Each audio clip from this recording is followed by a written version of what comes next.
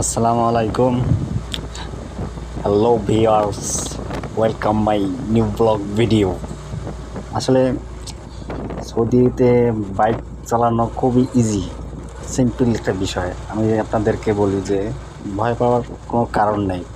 শুধু কিছু রুলস আর কিছু নিয়ম কানুন মেনে চললে সব কিছু ঠিক হয়ে যাবে। আর বাংলাদেশে তো আমাকে ট্রাফিক বলতে কিছু নেই, এদিক দিয়ে হান্দায় এদিক দিয়ে হান্দায়। আর এদেশে মনে করেন যে কিছু রুলস নিয়ম কানুনগুলো ফলো করলে আর সমস্যা হয় না। আমিও প্রথমে ভয় পাইছিলাম, কনফিউজ ছিলাম যে এই দেশে যে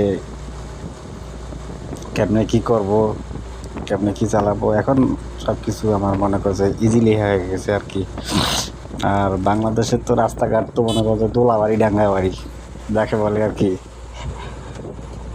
আর সবচেয়ে দেশের ইয়াটা হচ্ছে ট্রাফিক নিয়ম কানুনগুলো এত সুন্দর, আর এত দেখলেই বুঝতে পারবেন যে কী রকম আর কি ট্রাফিক নিয়ম কানুনগুলো। আসলে আমার ভালো লাগছে যে ট্রাফিক নিয়ম কানুনগুলা খুব আর কি, কী আর বলবো আপনাদের। ভয় পাওয়ার কিছু নেই। আমিও প্রথমে ভয় পাইছিলাম যে কেমনে কি এত স্পিডে গাড়ি চলে। আসলে ভয় পাওয়ার মতো কিছুই নেই এখানে, শুধু নিয়ম কানুন আর রুলসগুলো ফলো করলেই। আর মেন কথা হচ্ছে যে সেফটি পরা অবশ্য ভালো, নিজেদের জন্য, নিজের আত্মরক্ষার জন্য সেফটি পরা ভালো।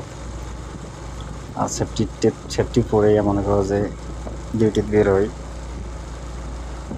নিজের সেফটির জন্য। আর ভয় পাওয়ার কারো কারণ নেই। সব অনেকেই বলে যে অনেক দ্রুত স্পিডে গাড়ি চলে, কি নাকি কি হয়, সমস্যা নাই।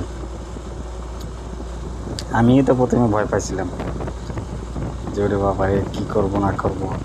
খালি একটু নিয়মকানুনগুলো বুঝলে আর একটু নিয়মকানুনগুলো ফলো করলে সব কিছু ইজি লাগবে আর কি। বাংলাদেশের যে ছাত্রী বাইক রাইডার, বাংলাদেশের কী বলবো, বাংলাদেশে যে তারা এখানে আসলে 2 মিনিটও টিকতে পারবে না, আমার আত্মবিশ্বাস এটা।